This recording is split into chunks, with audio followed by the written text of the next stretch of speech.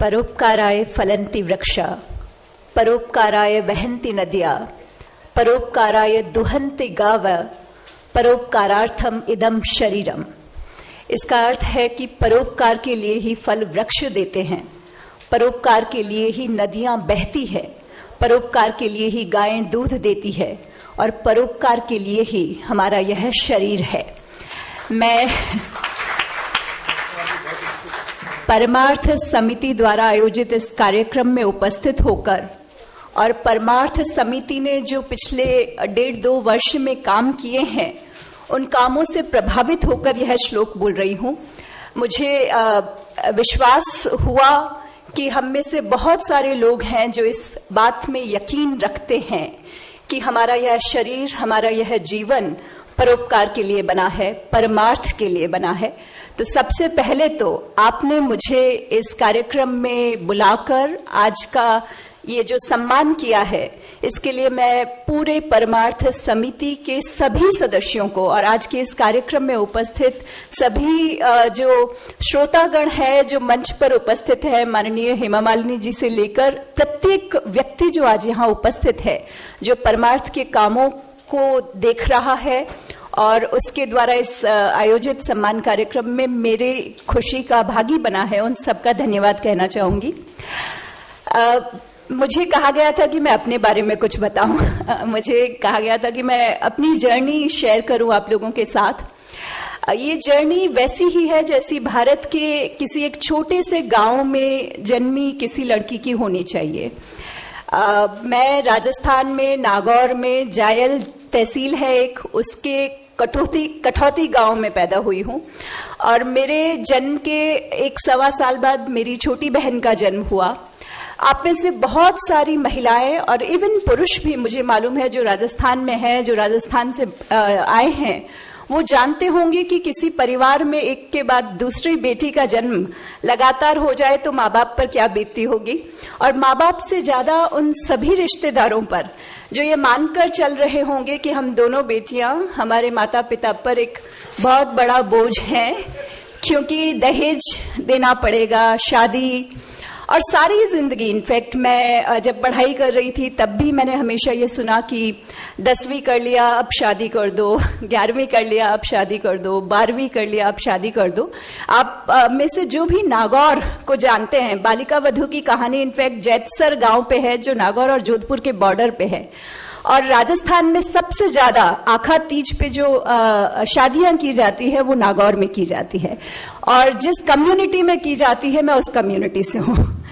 और मेरे सभी कजिन्स, मेरे सभी मामा जी के बच्चे, चाचा जी के बच्चे, ताऊ जी के बच्चे, सबकी शादियां 18 से पहले हुई थी। ऐसी परिस्थिति में मेरे माता पिता ने जब यह निर्णय लिया कि 10वीं कर लिया फिर भी पढ़ती रहेगी, 12वीं कर लिया फिर भी पढ़ती रहेगी, ये आसान नहीं था, बिल्कुल भी आसान नहीं था। इनफैक्ट अक्सर सुनने में आता था, रिश्ते नातेदार कहते थे शादी नहीं कर रहे हो, पढ़ा रहे हो, कलेक्टर एसपी बनाओगे क्या। और मुझे कहते हुए सच में खुशी होती है कि मेरी बहन, छोटी बहन जो कि कच्छ में एसपी बनी, कच्छ भारत का सबसे बड़ा, ज्योग्राफिकली भारत का सबसे बड़ा जिला था, जिसकी वो पहली महिला एसपी बनी। और मैं अभी जिस जिले में कलेक्टर हूं वो लोक संख्या की दृष्टि से भारत का सबसे बड़ा जिला है। ये बात कहने के पीछे एक्चुअली कोई ऐसा कुछ इंटेंशन नहीं है कि मैं कुछ मोटिवेट करना चाहती हूँ वगैरह वगैरह, बट मुझे कहा गया था कि मैं बताऊं, क्योंकि कई बार ऐसा होता है कि हम में से बहुत सारी महिलाओं को लगता है कि अगर हमने ग्रेजुएशन कर लिया तो काफी है, हमारी शादी हो गई अच्छे परिवार में तो काफी है, नौकरी लग गई अच्छी तो काफी है, बच्चे हो गए तो काफी है। मैंने रिजर्व बैंक ऑफ इंडिया में 5 साल नौकरी की, मेरी शादी हुई, रिजर्व बैंक ऑफ इंडिया में ही मेरे हस्बैंड काम करते हैं, बेटा हुआ, उसके बाद मैंने यूपीएससी की तैयारी की और उसके बाद मैं यहाँ आप सबके सामने खड़ी हूँ। ये इसलिए है क्योंकि हम में से बहुत सारी महिलाएं हमारे पूरे समाज में, हमारे देश में, ये जो हमारे कल्चरली कुछ रूट्स हैं जो हमारे मन में कहीं धंसी हुई है कि स्त्री जो है वो उम्र के हर पड़ाव में किसी न किसी पुरुष के साथ ही चल सकती है। हमने सुना है बहुत बार कि पिता रक्षति कौमारे भर्ता रक्षति यौवने रक्षन्ति स्थविरे पुत्रा ना स्त्री स्वातंत्र महती। स्त्री कभी भी स्वतंत्र नहीं हो सकती है, उसको उम्र के हर पड़ाव में किसी न किसी पुरुष की आवश्यकता होती है। और मुझे लगता है कि जब यहाँ इस मंच से बोल रही हूं तो उन सभी महिलाओं को जिनके मन में यह विचार जड़ें ले चुका है, उन सभी पुरुषों को जिनके मन में भी ये विचार जड़ें गहरी कर चुका है, उनके विचार को थोड़ा सा बदलने के लिए यहाँ खड़ी हूं, इस उम्मीद के साथ कि आप में से बहुत सारे लोग अपनी अपनी बेटियों को, अपनी अपनी बहुओं को, अपनी अपनी पत्नियों को वो अवसर जो अब तक उनको नहीं मिला है उसके लिए निश्चित तौर पर उनका साथ देंगे। क्योंकि जब कभी एक महिला अपने लिए खड़ी होती है तो वो महिला अपने लिए खड़ी नहीं होती है, वो उन सभी महिलाओं के लिए खड़ी होती है जो इस देश में है। तो जब मैं अपने लिए स्टैंड लेती हूं तो मैं अपने लिए स्टैंड नहीं लेती हूं, इस देश भर की उन सभी बेटियों के लिए स्टैंड लेती हूं जो कहीं न कहीं किसी चाइल्ड मैरिज के शिकंजे में फंसती जा रही है, जिन्होंने बचपन से ताना सुना है कि पढ़ाई करवा के क्या कर लोगे, दहेज का बोझ समझा जाता है जब 2 बेटियां पैदा हो जाती है।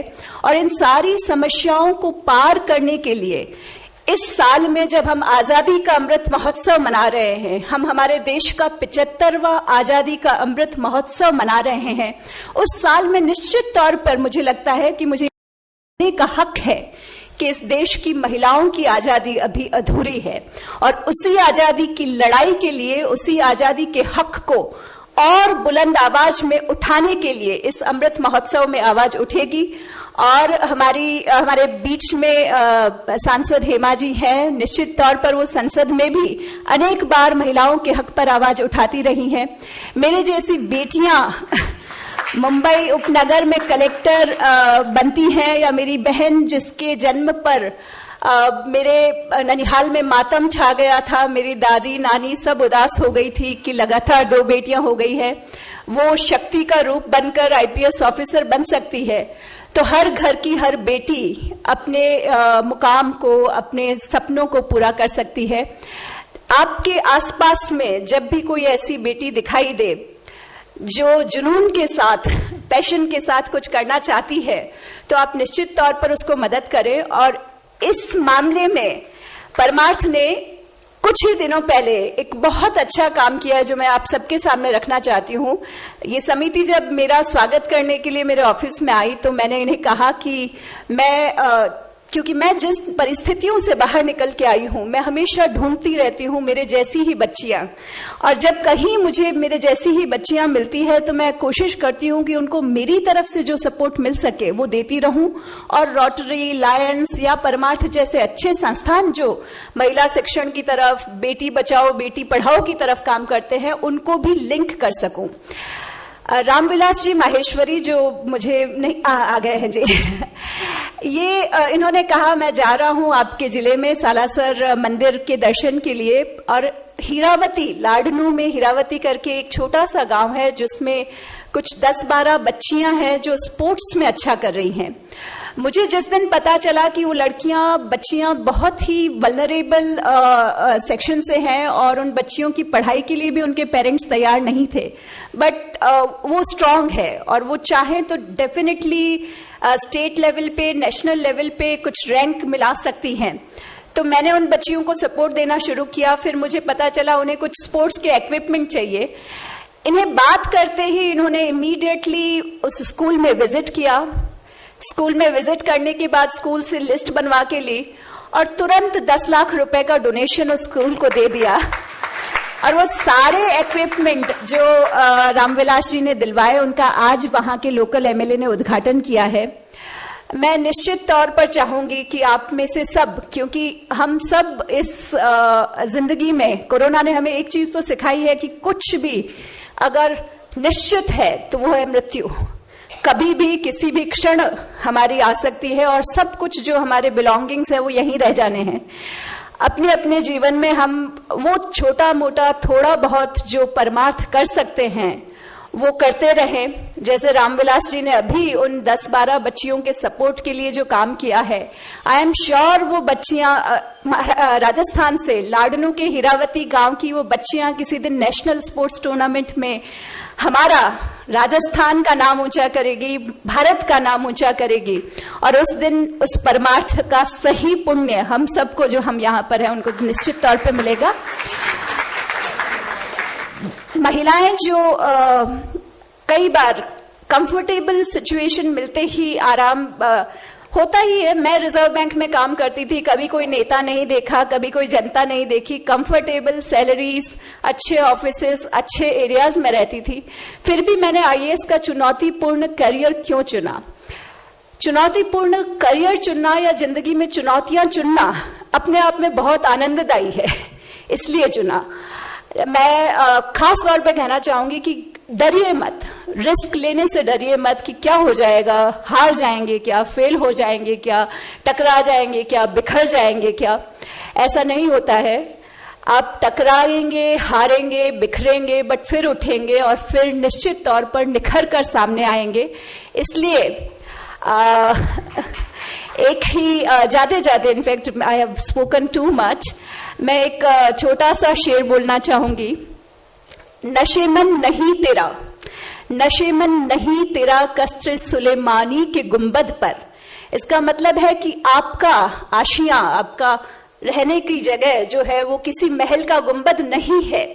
नशेमन नहीं तेरा कस्र सुलेमानी के गुंबद पर, तू शाही है, तू बाज है, तू शाही है, बना आसियां पहाड़ों की चट्टानों में। तो आप सब पहाड़ों की चट्टानों में जीने के लिए बनी हैं। आप चुनौतियां सहन कर सकती हैं, चुनौतियों के पार विजयी हो सकती हैं, यशस्वी हो सकती हैं। इन्हीं शब्दों के साथ मैं आप सबको दिवाली की शुभेच्छा देना चाहूंगी। दिवाली के साथ हमारे देश में त्योहारों की एक मालिका आती है, उन सारे त्योहारों की शुभेच्छा देना चाहूंगी। और आजादी के इस अमृत महोत्सव पर निश्चित तौर पे हमारे समाज की, राजस्थान की और इस देश की बेटियों के लिए भी आजादी का महोत्सव शुरू होगा।